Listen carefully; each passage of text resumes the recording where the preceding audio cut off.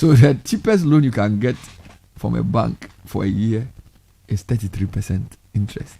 So if we collect 10,000, by the time you finish paying, I've paid 10,000 plus 3,300. You know, this is a year. Now that's point number one. Point number two: these banks are possibly even better than some of the microfinance savings and loans companies, because those companies, they charge rates per month. So per annum means you pay the principal plus the interest rate spread.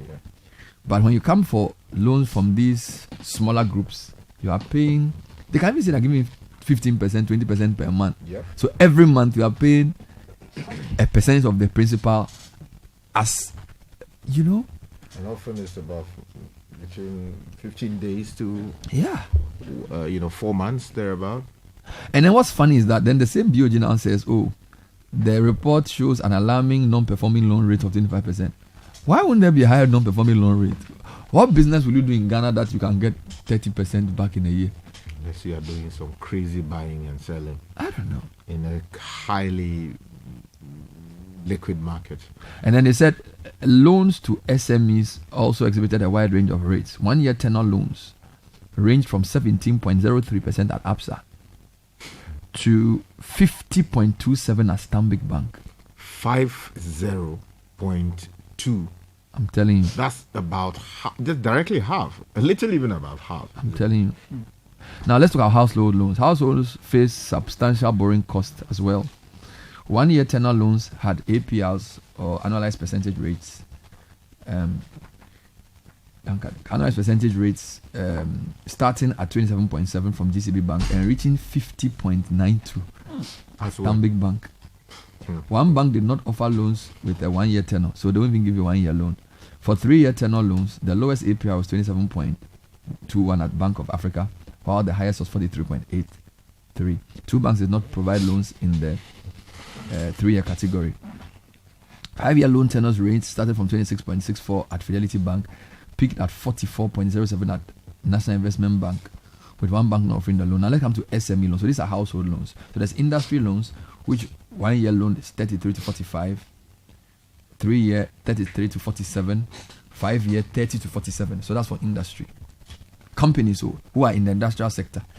Then household loans, people like you and I, loan ranging from 27 to 50.9. 50.9 for 1 year. So you go to a bank for a 1 year loan as a household and you are paying an interest rate of 50%. What am I doing to earn that kind of money? Maybe you are selling cocaine. I don't know. I mean 50. Then for 3 year for a household, 27 to 43. And then 5 year, 26 to 44. Now SME loans, that's what's even heartbreaking. Loans to SMEs, 17.03. And I think the ABSA one has to do with the MasterCard Foundation. You know, they said they were giving a loan at 10%, that program. So it's a special arrangement that they did with MasterCard. But even here it's reported at 17. Wow. So maybe the 10 is with an asterisk, I don't know. But 17% is what is stated in the report from ABSA, which is still very low. Is there a range? To 50. So for SME, 50.27 Stanbic Bank. You are just starting business, bro. 50. Then the 3 year tenor is also 17.02 at ABSA to 55.27 at Fidelity Bank. 55? I'm not going to lie you. 55. Charlie. And then for 5 year tenor, the ranges was 24.4 to 48.49 at ADB. I thought the economics is that if you are getting a longer tenor, then ideally the interest rate should be lower than a short-term arrangement. Well, the return for investment is what we call talk yield. It's not the same as the interest charge on a loan. That's a different conversation. So if you are investing, then the longer your investment, the more rate you get. I see. So that's what is the yield curve, the yield on your investment. Okay. As for banks and what determines how they lend to you, there are many, many things. Oh my word. Now, the report highlighted an alarming non-performing loan rate of 25%, indicating a quarter of the loans granted by the banks are unlikely to receive info. Now, I want to say something here. You know, non-performing loans keep going up. banks are supposed to do risk assessment of the people who borrow from them. They are supposed to, they call it KYC, know your customer. KYC, yeah. They know the high rates in the market. So there's one of two possibilities. Then NPLs are high because people are not finding the money to pay back. Or I think some of the bankers may be deliberately fooling around with people. Because what I'm trying to say is that how do you 50% interest rate is very high. So you're not going to give somebody a loan without taking collateral or some serious asset to shield yourself. So if your NPL is rising in the face of high interest rates, it could be that there could be some collusion. Because I've heard people say, look, somebody who forms some company, go and take a big loan. It's as a company doing some work, and then they come and take the loan, and up and down, up and down, up and down. The loan crack and fail. They are using to do their own things. Separate. Those are some of the things that led to the first banking crisis, that led to even the jailing of some people. Now, the basic theory is that a bank is supposed to do financial intermediation. In every economy, there are people who have money that they don't have immediate need for. People like Nathan. Oh, and then there are Amen. people, and there are people who, Amen. and there are people who need money but don't have money yet, like Caleb. Oh, yeah. Now, rejected. So now, for now, now you are a bank. I'm just making it very simple. So what's financial intermediation? So it's Because of lack of, you see, in an economy where there's free information that everybody knows, there will be no need for a bank. Caleb will just go to Nathan and say, bro, I need money. And that still does happen. But because information is symmetry, right? That's what they call in economics information. Because of that, we need a bank. So the bank knows people like Nathan, or finds people like Nathan who have money. Maybe they've won the lottery, they have money they want to use now. And then the bank will say, give me your money. I will work with it and pay you back. All right. Now, the rate that Nathan gives the money to you is called the cost of funds to the bank. Right? Now, Caleb needs money now because he needs to finish his house because landlord is harassing him. So he comes to you. So Nathan gives you 10,000 cedis. And Nathan is a rich man. So he says, okay, I'll take 10% every year. So next year, give me 10,000 plus 10%. Then you go to Caleb because Caleb is looking for money. He doesn't know Nathan. So Caleb says Caleb doesn't need 10,000. Caleb needs just 1,000. So Caleb comes to you for 1,000. You are the bank. You have promised Nathan 10%. You give Caleb the 1,000 and say, oh, Caleb, I'll give you the loan at 15%. So you pay 1,000 plus 150 cedis. But then you lend to 10 different people. Like that. So if you take, there are two things. For the 10,000 Nathan give you, for every 1,000, he's going to take 10%. But for every 1,000 you lend, you are taking 15%. What is your profit? Your profit is the spread between the 10 and the 5. Good. Now, if you do the math, when you lend to 10 different people that amount, you are creating money. So your job, of course, what's your job? You have good data systems, you have good customer service, you have good understanding of finance. So I'm simplifying it. So that's what a bank is supposed to do. So now, if 10 of Nathan comes to you with money, and we can't find people like Caleb, you are not performing your intermediation role. Because it means that people are looking for money they can't get, or people have money that they want to invest, they don't know what to do with it. So a bank's purpose in an economy is to link lenders to borrowers. That's what's called financial intermediation. The profit they make is the spread between the deposit interest rate and the interest rate itself. Very simple, basic banking. Okay. Now, it's possible that foreign banks can lend lower than Ghanaian banks because maybe their mother bank has more money. Do you understand my point? So, if you're in a bank from South Africa or a bank from Ukraine or a bank from Germany, maybe pensioners in that country have given their money to you and they say, you go and lend to SMEs in Africa, make money and bring it back to us. They have deeper pockets, and the deeper pockets they have, the more possible it is to lower their rate. So generally, you expect larger foreign banks to have lower interest. But that's where it gets complicated. Because if Nathan were your foreign benefactor who gave you that money, he's giving you the money in dollars. Mm-hmm. So he's investing $10,000 into Sky Bank, which is Sky Bank. Sky is doing business in cities with Caleb. So if the currency depreciates, even though Caleb is paying the 1,000 plus 15%, the value of that to Nathan is lower. So foreign banks are exposed to Forex losses. Good. So now let's come to local banks. Where do local banks get their money? They go to rich men, businessmen, politicians who have money. And they all put money into the bank. You get it? And then they give it to you, also give you some rate that you should pay them back. And then, so the foreign guys face a Forex loss. But because they have a larger base, they don't need such a high lower interest rate. But because of the currency exchange can affect foreign banks. So he won't make profit because of the Forex loss. But for a local bank, he may take his money from both foreigners and locals.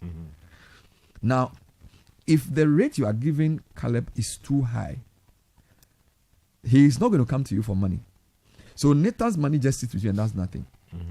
What do?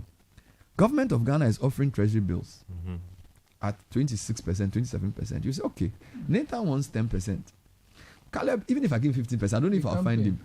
Yeah. Let me dog Caleb. Yeah.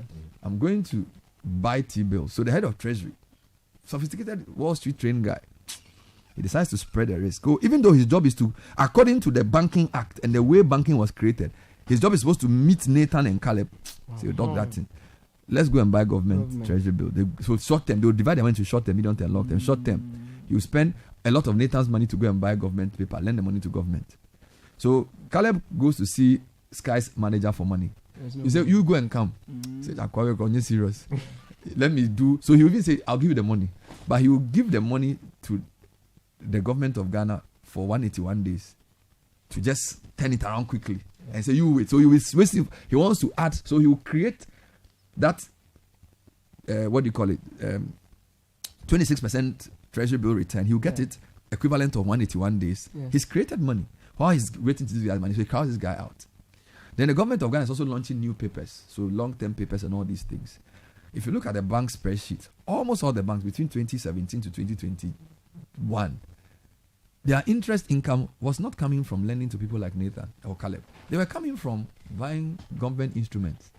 So all the banks were doing in Ghana is to buy and sell money with government. You get it? Meanwhile, the Bank of Ghana is supposed to be lending money to the banks as well. It's a lender of last resort. So if the Sky Bank is not getting people like Nathan, BOG can give you money, which is our money, so you can lend to people like Caleb to boost the economy. So for example, BOG can say, we want to promote agric. So we set up a bank. That money, don't charge, because we are giving you the money at maybe 3. Bank of Ghana can give you 2% interest rate. But your average rate to the bank is 20 something percent. So if financial mediation is not occurring, the banks are just making profit. Private sector, so whether industry, households, or SMEs, they all don't have access to money. And the bank say, then the other thing the central bank does, okay, inflation is high, so what should we do? Let's raise the policy rate. Because allegedly, in advanced economies, when you raise the interest rate, it pulls money out of the system. Because once the interest rate is high, people prefer to invest and save. So they won't use money on themselves. So the banking system collects a lot of the excess liquidity. Now, that is true in certain kinds of economies. If your inflation is always a money issue. But we are saying that some of our inflation is not because there's excess money. Is there excess money in Ghana? No. I don't think so. Some of that inflation is because you are importing it. You want to build a factory. You are going to buy a generator. The dollar has gone up. So the cost of the generator is up. So the price of everything has gone up. So the pass-through effect is called cost push inflation. So the argument is that if your inflation is supply side, that's what you mean. The supply side is not a monetary solution. But the central bank says, whatever, we will still raise the rate. So that raised rate is an indication to the bank, Sky, to also raise its rate. So because inflation is high, the central bank raises the rate that they want to mop up excess liquidity. Liquidity that this guy doesn't even have. Meanwhile, prices of goods are going up. Okay, he raises that rate, then all the banks say, if the policy rate is 30%, we also have to raise our rate because that's the rate that they lend to the best banks. You see what is happening in the economy? So we're going round. Banks are making profit. Central bank is trying to raise rates. Nothing is changing. Households don't have access to money. Businesses are collapsing. Industry is shrinking. That's why your composite index of economic activity is in the negative. It's now less than 5% because economic activity is timed. I showed a chart of the relationship between the exchange rate. The more the Citi loses, the more the Citi composite index of economic activity also goes down. So what is happening in Ghana is it's almost like an unreal economy. People have written articles and asked the central bank to change their approach. They don't seem to want to listen. So this is where we are. So now you have lowered inflation from 54 to 25%. By the rates that banks are offering businesses is up to 50% to borrow money to do business in this Ghana. That's crazy. What business can you do? What can you sell? So that's why there's sort of informality. So what will Caleb do? Caleb will go to his church elder, who may be a member of parliament or something, who connected to an MP, and go and collect the money. Okay, based on some informal arrangement. And then he'll pay some, we don't know how he's going to do it. So now that informality also deprives the government of revenue. You see why? So informal economy is not wished that way. If you create a system where it is impossible for people to formally access credit, they'll go into the informal sector. So they'll go to a loan shark who comes to Makola Market once a week and gives them the money and collects 10% per month. And they'll sell their dumas, they'll sell their farm to pay back because they are desperate. Some will sell their bodies, they'll sell other things to get the money. You see what happens? So the economy is not working because the way it's structured, some of the policies we went to learn in Harvard and things, they don't work here. So when we go and meet and we always read all those notes and we say, it's just funny because there are certain things that if I'm the governor of the British Central Bank, there are some things I can do that will work. All right, because the market is predictable. It's an efficient market. In this economy, do you know where people borrow money from? Oh, can you see? There's more money in Nima Forex bureaus than even in some banks. Yeah, so you go and see some alaji that you want to take dollars. You find the dollars for you. Like all those things are happening. So the economy, the people trying to manage the economy cannot measure the real value of the economy. How can you manage what you can't measure? You don't even know where the people are, where they get their money from. People are taking SEFA to places, doing all kinds of deals. You don't have that formalized. That's why they say digitalize the economy. So we can trace it. Now they can know how much Momo I spent if you go to the dashboard. But they don't know how much cash you spent. Because cash, you can collect it in a brown envelope and share it into a black rubber bag. Nobody knows. Do you follow me? And the transactions cannot be traced. And the banking sector is not fit for purpose. The banking sector in Ghana is not fit for purpose. They are just making profits. This is the situation. So this big English everything here, that's what I've explained to you. So financial intermediation is not happening. The banking sector itself is not deep. The sector is not deep. So, for example, you want a cocoa syndicated loan. You want $1 billion. All the 17 banks in Ghana cannot give it to you. They give it to you only once. All these plenty banks with all the big cars and all the big buildings, they can't give you loan to buy cocoa. So you want to buy cocoa. Think about it. All these banks and all the English they speak, they want to buy cocoa. We want to buy cocoa ahead of time to pay cocoa farmers. We have to go abroad to London to go and ask for money to buy our own cocoa to sell. How? So the sector is not deep. The rates are too high. The intermediation is not happening. You see where we are. Yet every day we are going for MPC meeting. Every day we are speaking English. We are going to conference. We are. That is not working. So this is in a nutshell the situation on hand.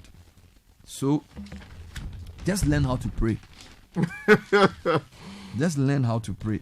I think that is what will help you if you need money to run your business. You know, the thing you said. So when I go to Parliament and I go to some MPs offices, in fact many of them, you sit with them for a few minutes. Kofi has come. Send me a business way, and I'm waiting for you since morning. Okay, and then you've been waiting for ODG 1,000 way, go and start, or just 10,000 way. And when you were talking, explaining the thing so vividly as to force people into the informal sector, that was the picture that came to my mind. Yeah. Something I see almost. So they will come to MP and collect 1,000, go to pastor, collect 2,000, turn it around small. Plenty things. That's what they do to survive. So we are wearing ties speaking English now. We are running an economy. The economy is rather running that. So if they were running the economy properly, everything working efficiently, then the pressure on the church elder, the family, head, the politician would have eased. And then also our mindset to money. Significantly. So there are dimensions of this that are social. I can talk about that too.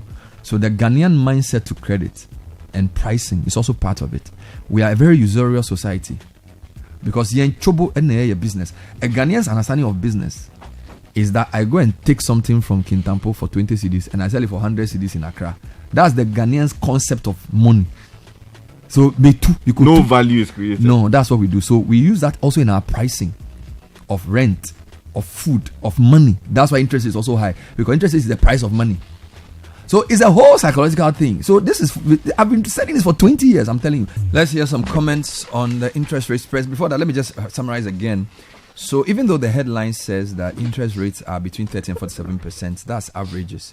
Because for specific categories of loans, for example, for SME loans, the lowest in the market was 15% for ABSA.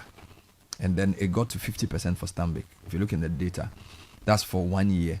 And then for 3 years, it's 23% to around 47%. Same for household loans. The lowest is around 27%, the highest around 47%. And then for industry loans, ranging from 33% to 42%. So it's when you say the interest rate hits 30 to 47%, you're talking about the average. You're talking about the average. Some banks do lend below 20.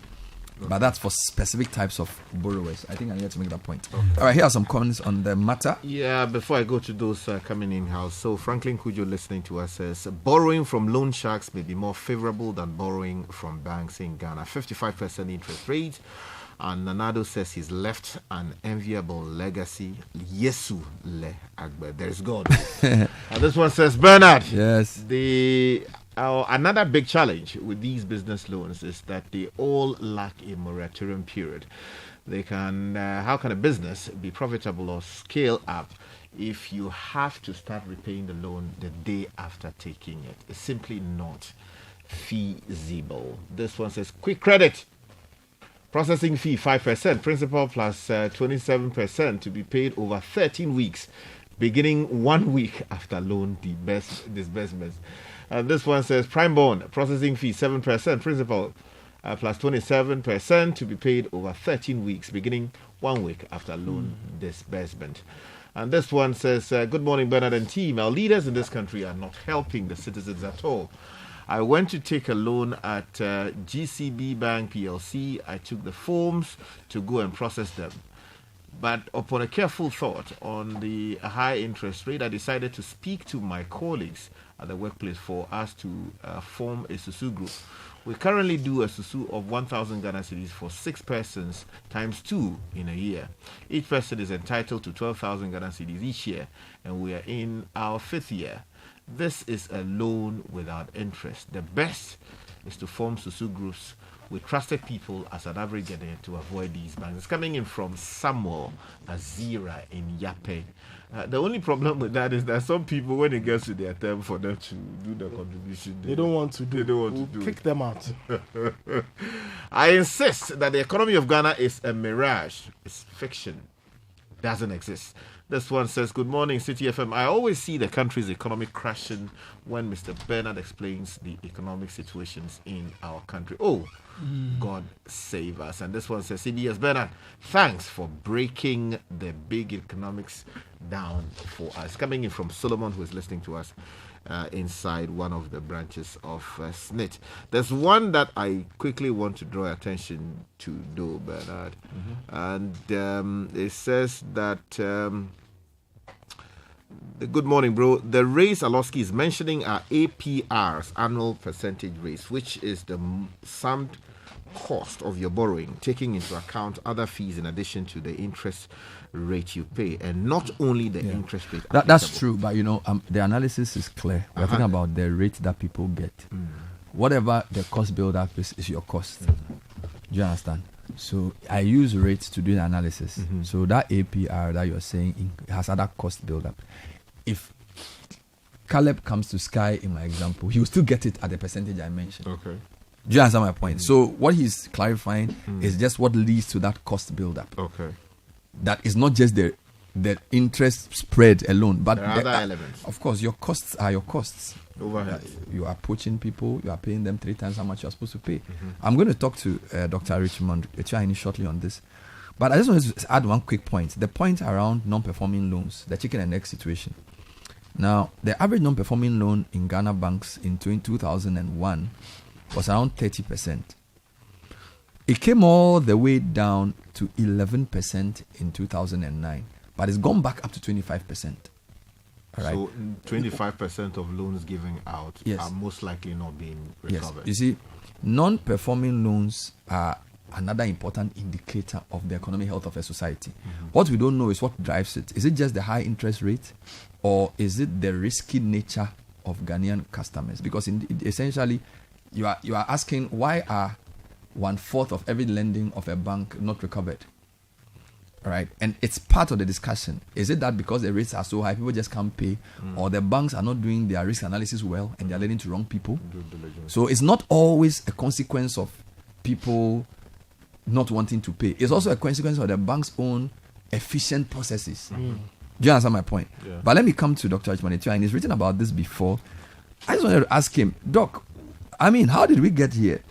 We are looking at the Bank of Ghana's own data, and we are seeing the APRs of up to 50%. I mean, what's going on? How do you interpret this? Thank you very much, Bernard, and good morning to your cherished listeners. I mean, where we have been, I mean, Bernard, let me tell you, I'm giving you a data which I have published recently. From 2014 up to 2023, the lowest non-performing was recorded in 2014, and the highest was recorded in 2023. The reason being of this non-performing is that, we have the microeconomic factors, especially higher interest rate, higher inflation, and others. And then we have, as you said, the banks also have got their own problems. You see, the credit risk analysis at times is weak. At times is very weak. Let me give you a typical example, Bernard. You hear a bank going to finance government contracts on road. They have no experts in the field who understand road construction. It can never be done in any part of the world that you have to go to a sector where you don't have expertise. I'll give you one example that I encountered when I was in a bank. We went to do this LDC, local buying companies. Seriously, we don't even know where they were purchasing the cocoa from. We sat in Accra and Kumasi and gave the money. And in the end, they bought the cocoa. They didn't submit the returns to cocoa board. So the bond, the performance bond we gave, came to hit as a non-performing. So we have the micro factors, including, Bernard, this is very, very important. Let me repeat this one. Since 2010, and the IMF document, 2010, government contract outstanding, arrears of non-payment of non-energy debts and non-other contractors, it has persisted from 2014 up to now. And all these things dovetail into the higher non-performing. But one thing that is very important is that, which I agree with you to a certain extent, is the bank should actually develop competencies and skills. It's just not lending. If you're going to LDCs or you're going to contract financing, you must have competences in the area of construction. Unfortunately, they do it. One of the banks, I won't mention his name, he financed contract of 2.1 billion sitting on his balance sheet. Today, that bank is almost gone, and we are being told that they are being recapitalized. How can you go into something like the Latin, say, nemo that's non-common abet? No one claims what he has in law. If you don't have the skills, don't go there. That is why when we do the analysis for non-performing, you find out that the foreign banks are not hit as the domestic bank, especially the private domestic banks, including the state-owned banks. They are hit very well because the foreign banks will tell you that financing government contract is a no-go area. so we won't finance you. So your point is that when we look at the high non-performing loans of banks, a lot of it is the government's own failure to pay. Exactly. There's no two ways about that. I can give you the figures. I mean, the recent IMF published document, the recent one, it said 1.6 billion of energy debt and 35 billion of contract that has been given to people that has not been paid. And all these things dovetail into the non-performing books of the banks. But the question is that, now who calls them? Part is the bank. Part is the banks. They don't have the expertise in credit risk analysis. You don't go into contract road construction where you don't even understand the quantitative aspect of the road. And they give money and they go. And when they default, and government also not pay on time. And when we classify it at the Bank of Ghana, the current OLM, doubtful, substandard laws, you find out that all these things have gone into laws. And it has affected the solvency of the banking sector. That is why you keep on the government saying that people should recapitalize, because some of the laws have gone bad so much that it has reduced your capital. So it's a chicken and egg. Either government will decide to, and it also has something to do with our physical. Bernard, let me tell you this. We seem to be controlling monetary policy, but not controlling the physical aspect of the budget. Since 2014, we have never been able to achieve 5% as set in the requirement, the law. It hasn't. Some 15%, some 12%. And when they do this, the financing is done by Bank of Ghana. Accommodation finance. That is why the IMF has told them that this year, zero financing. They were financing government. And all these things come into inflation. So you can't use the monetary policy to tell us that the inflation targeting, where you, in another way, you are also financing government. And when you do that, inflation gets out of control and it will affect the business. So, Bernard, we are in a serious struggle. The banks are in a serious trouble. So the private sector is obviously going to suffer. When we look at the breakdown of the data, credit to households, credit to SMEs is really, really low because of the high rates that are being charged. But we also know that the government is actively playing in the treasury bill market. So in the short-term money market, they are actually raising a lot of money. And told last year they raised close to 50 billion cedis from the T-bill market. So beyond the government failing to pay banks, leading to higher NPLs, we're also seeing a crowding out effect, and possibly the reason why banks can afford to say they are charging 47% rate to an SME, because they know they can buy Government of Ghana paper and get their money back. Can you talk to us a bit about that? Thank you very much, Bernard. I would refer you to the bonds. This is the same way that happened in the bonds. A bank in Ghana had bought 9 billion bonds, and his total loan portfolio was 7 billion. I ask myself, how on earth? Because they think it's a risk-free investment. But the question is that the more government decide to crowd out the private sector, the little money that is left, that will be given at a higher cost to the borrower. And that would affect the economic growth, the job creation, business expansion. There is a correlation between these things. So the more government decide to crowd out the private sector, and ever since we went to this DDEP, they have been crowding out the bank. They borrow as if it's nobody's business. They use the short term to finance the long term, as if nothing is going to happen. The way we are going, if we continue the trajectory that we are taking, the banks are going to be in trouble, because the question is that government has taken you out of the money market, or market that you can get money. And meanwhile, he is not also paying his outstanding. I mean, if he was even borrowing to pay the energy sector debt, 1.6 billion, and paying the 35 billion, I don't think the banks will be in the position where they are. So it's a chicken and egg. And government should actually sit down. So that is why, Bernard, when I hear that they say the economy is growing, from the figures you're telling me, from what I'm also telling you, I don't see the growth anywhere, because it is the private sector that grows the economy. It is not government sector. Unfortunately, the private sector is not deprived of capital. And once they cannot expand business, and with these higher taxes all over the place, they cannot do this. How come the foreign banks seem to do better than local banks? in a volatile exchange rate market? Because I'm supposing that if I'm a foreign bank, my source of funds is international, most likely, and it's dollar denominated or pound or whatever.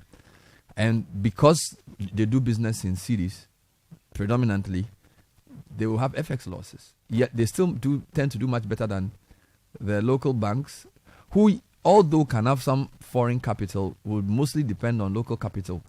It seems to be a conundrum I can't understand. Can you explain? Well, thank you very much, Bernard. I mean, it's all about governance. You know, we have what we call corporate governance, and people think there's some animal walking somewhere. I mean, they have a better and strong corporate governance. So your board would have to look at the strategic no-go areas and tell you, don't go there. So they can be doing businesses like they can be doing with the mining sector. Because if you deal with the mining sector directly, you're not going to have a problem. And they have the capacity to deal with the mines. The local banks don't have the capacity. So there are certain areas where the foreign banks will position themselves and go there because they know that when I finance any of the mining sector or what, I'll get my money back. But the Ghanaians also are taking it easy, like, because we are Ghanaians, because we want to support the economy and we want to take a risk of doing government business. That is where we have a challenge. So the basic problem that we have is that it's about corporate governance. When you have a very good corporate governance, you have a very robust risk component. It means that your monitoring is up and doing.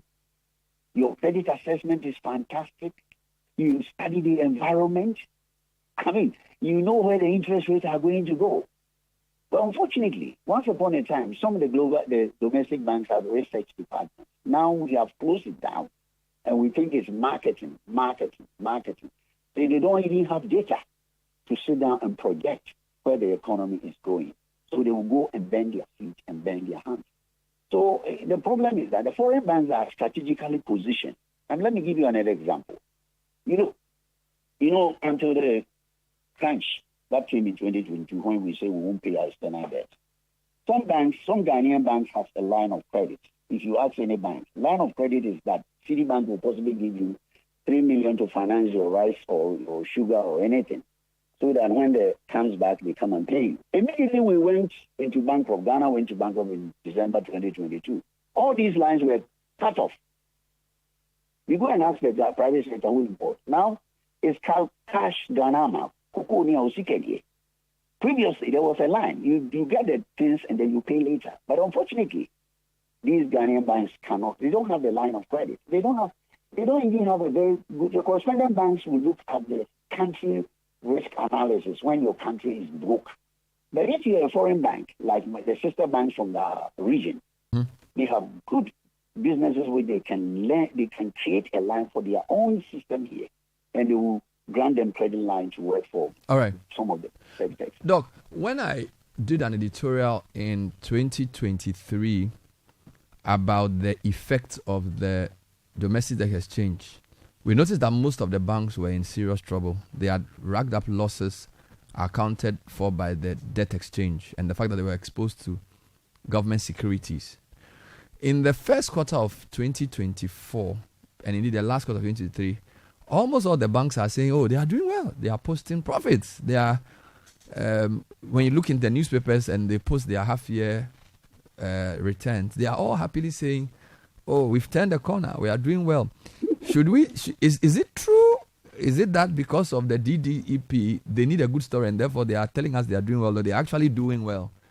Bernard, thank you very much. This is a wonderful question. And thank you for asking me this question. You know, when it comes to DDEP, it is a soul and life of my body.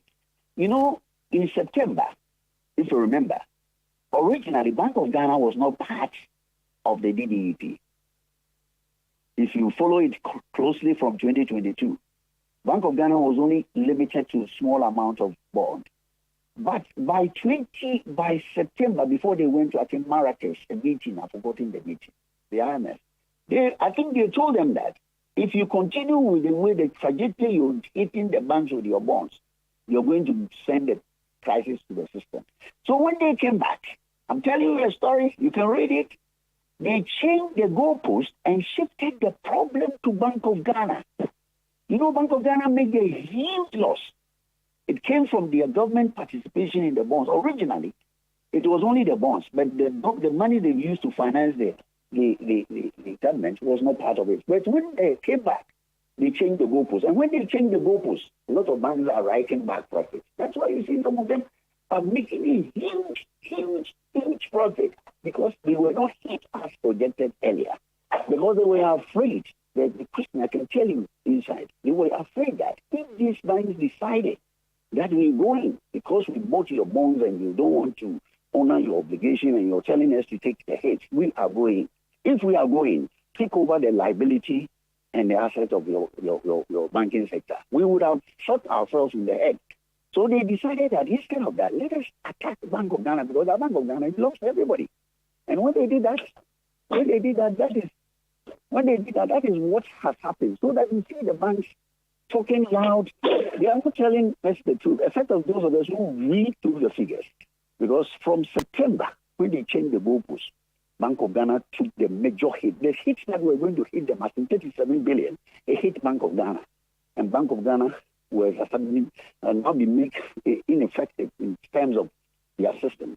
So those who are celebrating should understand and hear me what I'm saying. The goalpost was changed in September, and because of that, they can breathe.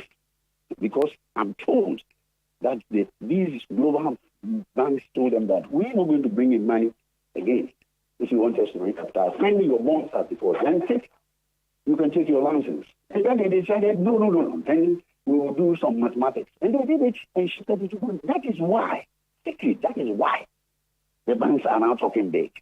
I have data for what I'm saying. Thank you for your insight. So by the way, when we turn the corner, we are in a difficult situation where the currency is now buying its main trade partner, the dollar, for almost 15. Rates, as I've just discussed with you, are close to half a century in some cases. All right. Our oil production has, for the fourth straight year, come down. Our gold, we have actually, so our cocoa, we have a shortfall of over $500 million in terms of revenue because we couldn't produce the cocoa that we Forex sold. So it's almost like there's no relief anywhere. If you look in the economic periscope, when will things turn around? Bernard, thank you very much. Especially, let me give you a little bit about the foreign exchange depreciation, and when I come, I'll finish my story. You know, this foreign exchange depreciation has been with us since inception. Since Dodging Gettysburg, the economy became dependent on commodity without thinking about how we would develop it or diversify the economy. Unfortunately, it was only Achampo who wanted to do it. Anybody who comes in, either I borrow on the market, come and show the Citi. I borrow and show the Citi. Hello? Yeah, they will borrow and show the Citi. Then when you were taken out from the market, you can go and borrow. I said this in 2017 in my lecture at Kimpiski, that it is only a country which is not serious that borrow to show your city. You borrow to do export diversification. You know, you talk about cocoa. Recently, I visited my cocoa farm. Galamseys have taken the farm. And we sit here and want to produce cocoa as we used to produce. Why can't we declare state of emergency? Because cocoa has been the lifeblood of the economy. And we sit down there as if it is nobody's business. And another shocking story, which I think I have shared with you already. Remittances. Let me give you a clear view of it. Look, 2022, according to World Bank, Ghana was expected to have received 4.7 billion. We received only 2.5 billion. 2021, Ghana was expected to receive 4.5. We received 2.1. It goes on and on and on and on and on and on and on and on. It goes up to 2019. They've all declined. The question is that, how is Bank of Ghana tracking these remittances? Sri Lanka is in the same situation like us. They are using the remittances to finance the economy. And we have created some pseudo institutions. We call it, we have licenses there. We have what we call the fintech and the startup. I don't know how they call them. These people are holding on the foreign currency while the city is just swimming like is running like Usain Bolt. And it started in 2019 when they passed the Payment Services and Settlement Systems Act 2019, Act 987. They deregulated the foreign exchange at 723-2006. And now people are holding, I can give you a data, people are holding, and I've been saying that. Why can't the government take a position in looking at remittance? Let me understand your point. You're saying that these private remittance companies that, when people send money from abroad to their families, help in bringing those monies, they don't actually bring the foreign currency to the central bank.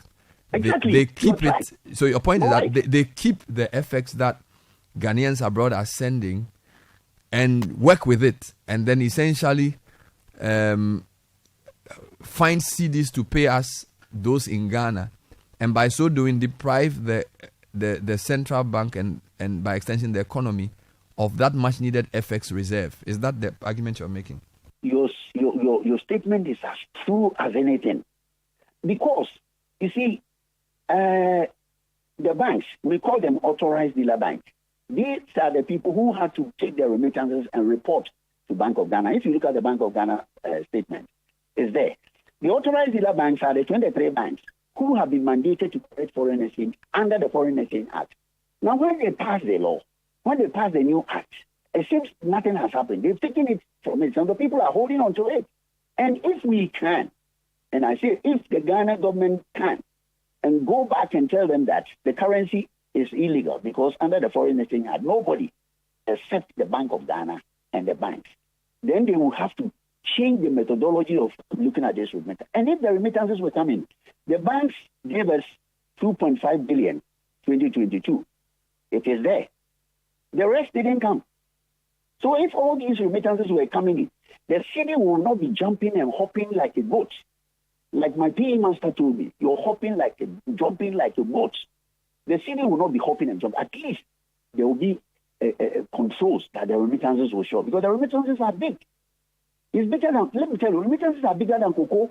Gold gave us only 1 point. I think the last one I did was 869 million. The whole gold, they took 6.6 billion, and we got only 865 million.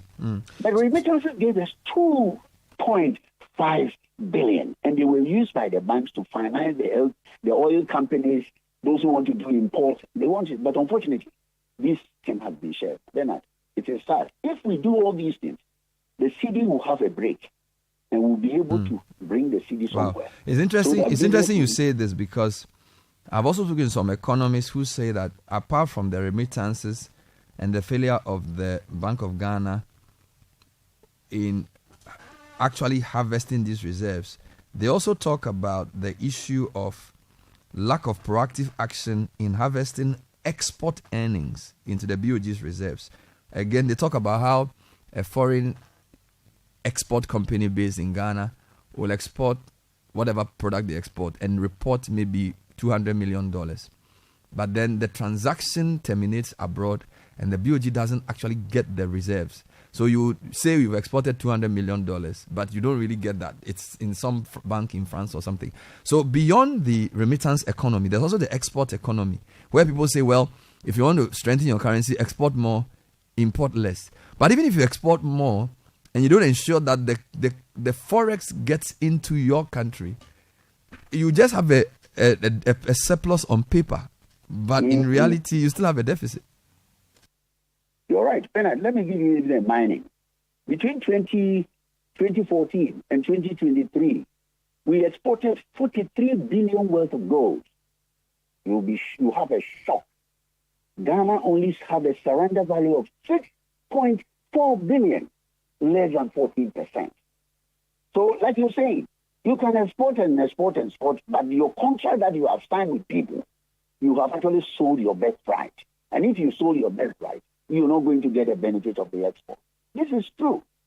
And what you're saying is true. We need to sit up as a country, have a discussions about where do we want to go. What can we do? But the way it is being managed, immediately you say it, you become somebody. Nowadays, who is this guy? But you see, some of us spend our time doing research, doing research on the country and certain areas which I believe Ghana can benefit if we set up. Sri Lanka received this month, last month, $298 million worth of remittances. By my calculation, multiply by 12. The remittance alone would have given them $3 billion. And if you get about $3 billion, is it not bigger than the IMF protracted loan, something that is putting a lot of us in poverty? We'll leave you here, Doc. Thanks for talking to us, Dr. Ashmani. Thank you. He's a financial analyst and a banking expert. Time check 8:53. We're talking about high interest rates, on average 30%, in some cases to 47%, in some cases 50% interest rates charged to borrowers here in Ghana. We're also talking about the lack of FX reserves, which is affecting the city stability. All of that bringing us to some 6 minutes to 9. Here are some more comments. By the way, I asked the question, where do you borrow money from? If you need money for something, where do you go? Do you go to a bank? Do you go to a savings and loan? Do you go to a microfinance? Do you go to your church? Do you go to a credit union? Do you go to your boss? Do you go to your finance manager and accountant? Oh, you do go, let me see. Do you do? No, I mean, if you need to borrow, yeah. Where do you borrow? I want to know from people. Send me a WhatsApp 054-9986-996. Where do you go for loans? Where do you go and borrow from? That's the question on the table. Where do you go? Bernard, I try not to borrow. You don't borrow at all. You are living debt free. I live in my means. You live within your means. Within my means. Yeah. Yes, I've paid my student loan. I've paid my mortgage. Nice. So I don't owe any man dead or alive. Oh, that's great. Yeah, that's good. Yeah, but there's a need for credit in some areas. Yes, that's very true. But I haven't gotten there yet. But it's crazy because, I mean, while you're talking about all this, in the last couple of weeks, I've been following some rent agents guys here and there. Mm-hmm. And Bernard, I was shocked to learn that some of the facilities I saw 2 years ago that were going for anything between 1,000, 1,500 today is going for 2,000, 2,500, 3,000. Some are even quoting 4,000. They've pegged it to the dollar. Yeah, and some are even quoting in dollars, Bernard. And these are just regular accommodation facilities. It's terrible where we are going. Really. There's a disconnect between the real economy and some of the numbers we are giving. And I think we need to have a big conversation about it, because there are people who don't have houses to rent, to let to get, and there are people who have houses that are empty. There are so many big empty houses all over the place. People believe that real estate will never go down. So buy a land, buy a house, build a house, you will never lose. So even if the house is empty, let your relative kind of live in it. No, it's as though when they build the facilities, they want to recoup all their investments in a month. But I don't think that's possible. I need a consortium of Ghanaian bankers and economists to help us rethink the Ghanaian economy, because I don't understand it. Let's read some of your comments. Bernard, foreign banks select only the juicy sectors of the economy to support. If local banks begin to think like this, our private sector will be worse than it is now. Hello, Bernard and team. I'd like to know if foreign banks are being regulated or governed by corporate governance. This is from Amuzu. Thank you. Bernard, try correct this widely held perception that group susu or loan is interest free. There is an inherent interest, which is the monthly contribution being paid to group members. In other words, the monthly contribution could earn interest for the contributor if that fund is invested. George from Spintex Center. Through Bernard and team, my candid opinion is that our economy will only turn the corner in 2027, and you didn't tell us why. There are more messages we'll be bringing you subsequently. But where do you go to for credit? Do you go to a bank? Do you go to a savings and loan? Do you go to a microfinance? Do you go to a market queen? Do you go to credit union? Those of you who are in credit unions, how does it work? I really want to know, the course that we do, the rural banks. Do you go to a rural bank? Where do you get? Do you even borrow? We run a debit banking system in Ghana where if you have a card, it's just a debit card. So a debit card basically means that you only get to take what you have. If you were the equivalent of the three of us in the US who have credit cards, where they know that Nathan earns maybe X amount, so he can be given a certain percentage of that amount. So Nathan can be spending like there's no tomorrow, but he will be in debt for the rest of his life. So in a way, we are not so bad in Sub-Saharan Africa. I always disagree when people say we need to bring people into the banking sector, and they say like we have what do they call it? X percentage of people are not banked.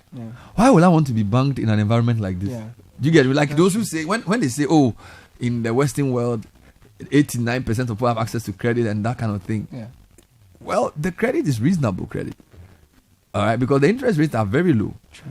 If you are doing lending at 30%, why do I want to be involved in a banking sector that lends at 30%? I guess and people have lived 70 years of their life in Ghana without a bank, and they are still alive.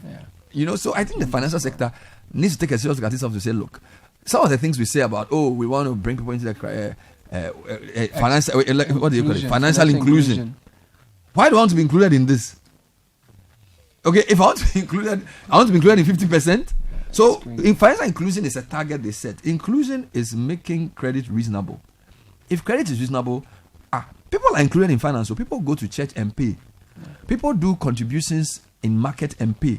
They are included financially, but they are included in something they understand. Which is more You can't tell me that I'm financially excluded if you are charging me 47%. Why on earth do I want to be included in such a thing? So if the inclusion is not happening, it's not because the people are not educated. It's because the thing you are offering them doesn't make sense. So stop speaking the jargon. That's financial inclusion.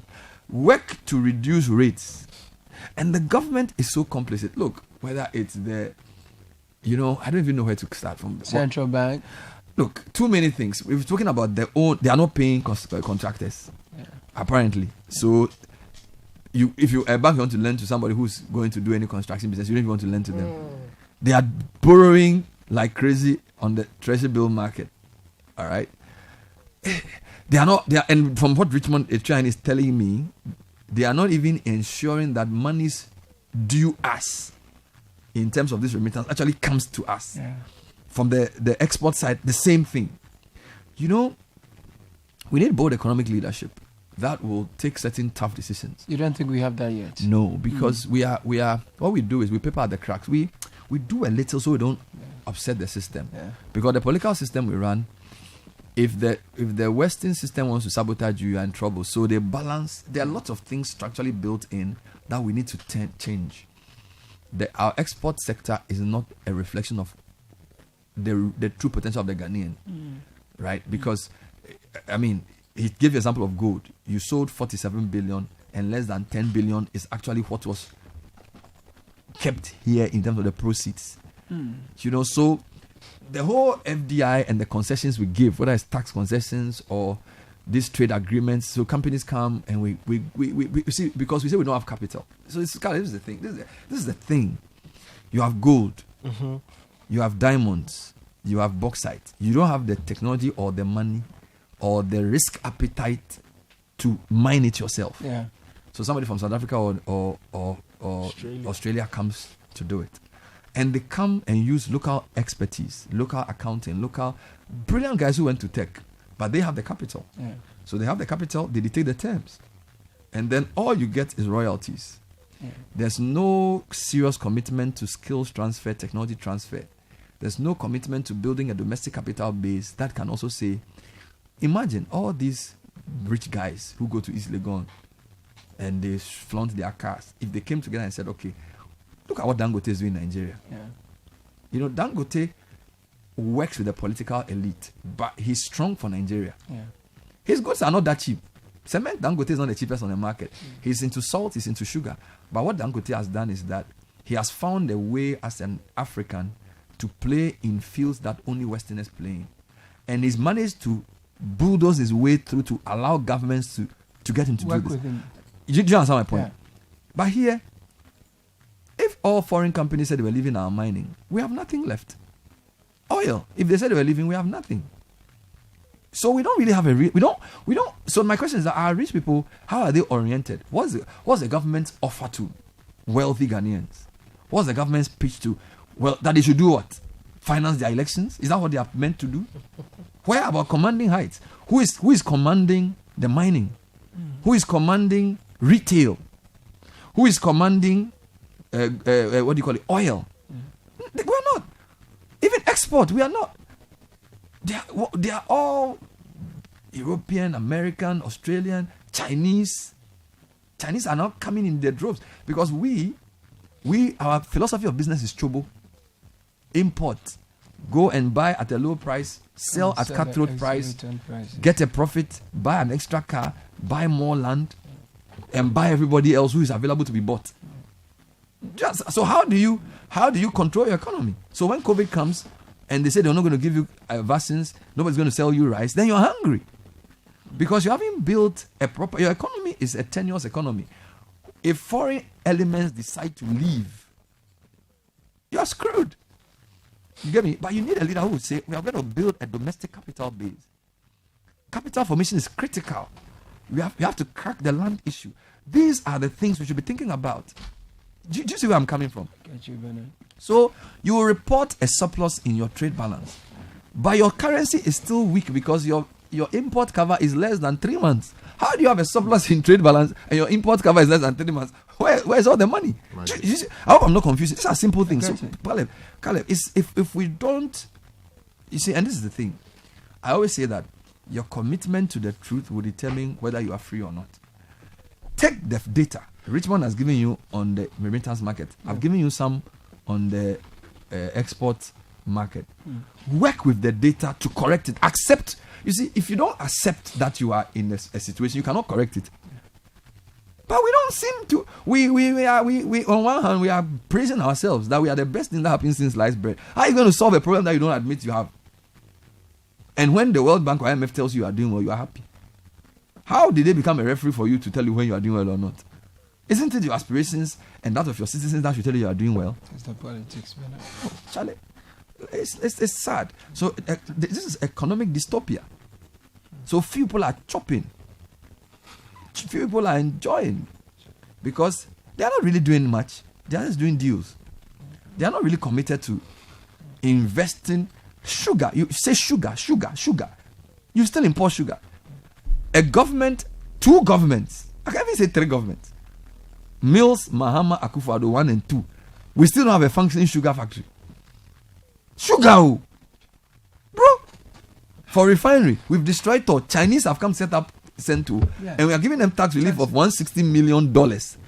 Tor, when you go to MPP NDC, things they do for them. And they've been doing that since record started. We call it Jimmy Faso. Okay. Say that thing. That didn't say. If an ever man starts speaking to you, you know, it's something. You see, the elite have not. This is what I always say. We haven't decided, because Caleb, people decide. A generation must arise that decides that Ghana will prosper. That decides that we will not be cheated anymore. That generation has not emerged. The generation we have, they are not interested in you. They are interested in just making money. You think with how intelligent our Ghanaian leaders are, when a Ghanaian goes to America to either work as a cleaner, a factory hand, or work in a university as a lecturer, they excel. Or a nurse. Ghanaians are. Doctor. They go to New York. So it's not that they are not intelligent too. They are not committed to our development. That's my argument. If you take our leaders pound for pound, they are as intelligent as any leader anywhere. But the direction of the intelligence and what they are committed to achieving is personal. So it's not a lack of intelligence. It's lack of what's the word I want to use? They don't have empathy for the people. They have not made a decision to develop. They've made a decision to make deals to enrich themselves. So they'll buy lands, plots. They'll do everything they do. There's a certain agenda behind it to enrich themselves. If our leaders said that we want to encourage Ghanaians to do well, we are going to take on even rice. As I speak, we don't produce enough rice to feed ourselves. Rice, with the 3rd largest man-made lake in the world, sprawling from the red water, the white water, the black water, we have 7 river basins. Ghana is one of the most ecologically blessed countries in Africa. The Tano Basin, the Voltaian Basin, the Oti Basin, all those rivers together, irrigation. Ghana should be better than Vietnam or Thailand. We still have to go to Thailand to bring people to help us repair rice harvesters when they get spoiled. Meanwhile, we have agri college everywhere. We don't even have people. When you go and ask a rice farmer, Government will say they're doing fertilizer. They can't even manufacture a seed planter. They import it from Thailand. And when the machine breaks, they have to bring somebody from Thailand to come and repair it. The irrigation, they can't do it properly. Meanwhile, you have the third largest man-made lake in the world. The continent itself has like 40% of the world's arable land, yet they import rice from Thailand and Vietnam. The leaders of the continent, they are not determined to develop. Japan, they say, you see, you have to get to a point and say, we want to be free. And if you say you want to be free, it will cost you something. But if you say you want to be free, they'll give it to you. Nobody gives you freedom. You have to fight for it. But we are committed to fighting to win power so we can continue sharing the rest of what is left to be eaten. So we'll fight EC, we'll fight MPP, fight NDC just to win election. When we come, then we also can share. That's what we do. That's the business model for the Ghanaian political elite. They are not interested. Are you telling me that when the Aborigines Rights Protection Authority in 1910 or something sat on a ship and went to UK, educated by British, John Say and co, they went to the British House of Parliament to argue that you cannot own our land. You think that Ghanaian leaders are not committed if it interests them? Go to all Southern African countries. Most of the land is not owned by them. Why is Zimbabwe in crisis? They didn't have what we had. We had the Aborigines' right. So it's not like Ejimio. They are not committed. If Aborigines' rights could argue to a point where now we own our land, which land we are misusing, go to Kenya, go to Zimbabwe, go to Namibia. I saw a data set on the BBC of the 10 most unequal countries in the world by Gini coefficient. About 6 of them are from Southern Africa. Yeah, because of the land. You see, that's what is a structural issue. Yeah. South Africa is, in fact, I saw. Where is this story? I will read it for you. And I'm using that to make a point that you see, if we knew enough to go and argue that our land will not be taken by British people, based on their own law, we went to argue that. Are you telling me that today we can't argue for economic freedom? We are not committed. We are committed to other things. We are committed to other things than economic freedom. The 10 most unequal countries in the world by high Gini coefficient. It's number 1, South Africa, 63. This is 2010-2022 figure. Number 2, Namibia, 59.1. Number 3, Zambia. Number 4, Eswatini. Where is Eswatini? That's former Swaziland. Number 5, Botswana. Number 6, Brazil. Number 7, Colombia. Number 8, Angola. Number 9, St. Lucia. Number 10, Panama. What is unique about all these societies? Land. Land. Brazil, plantations, land. Inequality is, you see where this is coming from. So we have an advantage. Our people didn't agree. Our forefathers were not that bad. They didn't agree for the British to take our land. Namibia is a country where you go, you went there. Bernard, between the airport and the town. Belongs to a German family. Look at that. A whole farm that is as big as Berlin belongs to one German family. And they are there because their leaders betrayed them.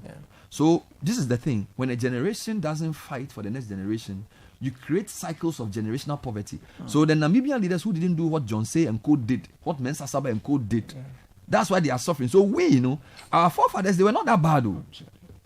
South Africa is number 1 there. And this is not me. This is BBC. You can check it. Gini coefficient is an indication of inequality. The higher the coefficient, the more the inequality. All right? South Africa is number 1. Namibia is number 2. Zambia is number 3. Eswatini number 4. Botswana number 5. Why are the 5 most unequal countries all in Southern Africa? The weather was okay. The British and the Americans, they liked it. They stayed there. And the leaders were playing ball. If we don't change our mindset, in 100 years, we will be like that. Because now we have our land. Go drive from Accra to Dowenya. Drive from Accra to Akosombo. See how Ghanaian lands are being bought by Chinese, even by Tema. Indians, Tema. See how we are selling our land. So the land that our forefathers fought for, that is now the basis for development, land, labor, capital, enterprise. We are willingly selling. You go and give a chief a Land Cruiser, he will give you large swathes of land. Then they will build estates and price it in dollars. And poor Ghanaians can't get money from banks, including people from that family, to pay for the same house built on land that belongs to his grandfather, because somebody has sold it to somebody. And we are sitting and watching these things. And then we pray and say things will be better. Things will not be better. Things will get worse if we don't wake up.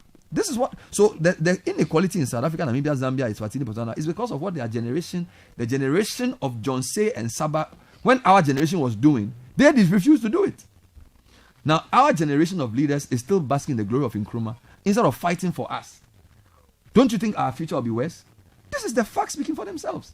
So all these things we are doing, banking, economic crisis, people, we need leadership that is determined to free its people. China told America, we have a right to develop economically. You can boycott our goods, but you will not, you cannot, you understand? Where are our people? We go 1 or 2 conferences, no, they made us give a big speech. They say, our Ghana president is doing well, we are happy. Doing well for what? Why do I need their commendation? What? How is that going to help me? When your people don't have food to eat, your people are struggling, your people don't have access to housing, that's where your focus should be. How do you work with others to develop economic models that will free you? China worked with IMF, but they didn't take everything IMF said. There are some things they said to IMF. IMF said they did, some they didn't do. So it's not like it's wholesale. You can't blame IMF. You blame yourself. You can decide that this one will take, this one will not take. Will they put a gun to your head? It's their money by force. So to sit down and for 27 years to blame IMF is not even the issue. Where is our alternative? When you put all these economies who have first classes together, where is their economic financing model for economy that is like this? Is it all our elections? Your currency has deteriorated for 20 years. Interest rate spreads. I've given 20-year filler. We've had 5 presidents. I'm not saying don't change government. My point is, structural issues is not elections that change. Structural issues, you must be committed to paying the price for change. You need a new economic thinking. And if you're not committed to facts and the truth, you will not be free. That's the problem we need to, which is why we will say it all the time. It's not just a question of elections and parties. 20-year interest rate problem, currency depreciation, Citi losing 93% of its value since 2007. 2007, where were you? You are in JSS or something. Yeah. It's been on a losing streak since then. Redenomination notwithstanding. So let's the economic thing, and I'm not saying I have all the answers. I am calling for a new thinking. I'm calling for a new agenda. I'm calling for a new mindset. That's what I'm calling for. That even within this campaign, we need people with real ideas. We need to hold people's feet to the fire. We need to ask difficult questions. We need to get consensus built around key issues. Otherwise, we will keep doing what we do and keep repeating the same result. And we are comfortable in that mediocrity because it tickles our fancy. We are supporting NDC and people like we support Has and Kotoko as if it's a football match. It's your life that is at stake. So you support people on the basis of ethnicity without thinking about the long-term 30 years. What is that doing to my life? Because they are from your hometown, you support them. You can support anybody you want. I'm not going to do that. I need a new economic agenda. Somebody who's thinking different, who has a solution, who at least is willing to admit the problem. Not gallivanting about and just saying anything they want to say just because whatever. No.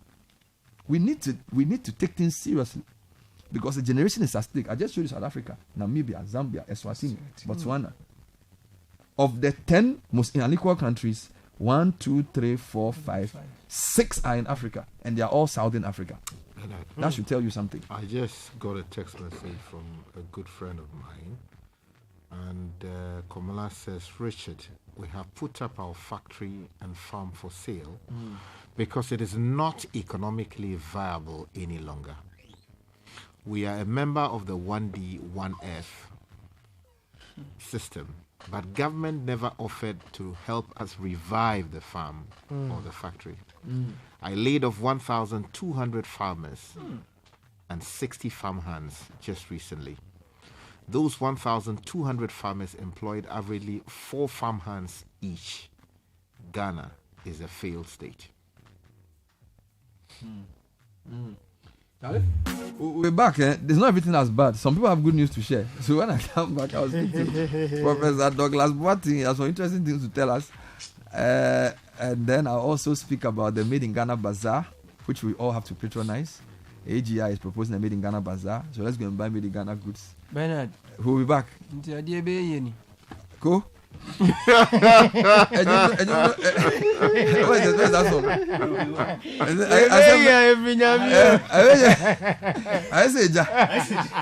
I told you. I told you, Charlie. There's a song like that. I told you, Charlie. Was it cool? That's a philosophy. And it's a wrong philosophy. Yeah.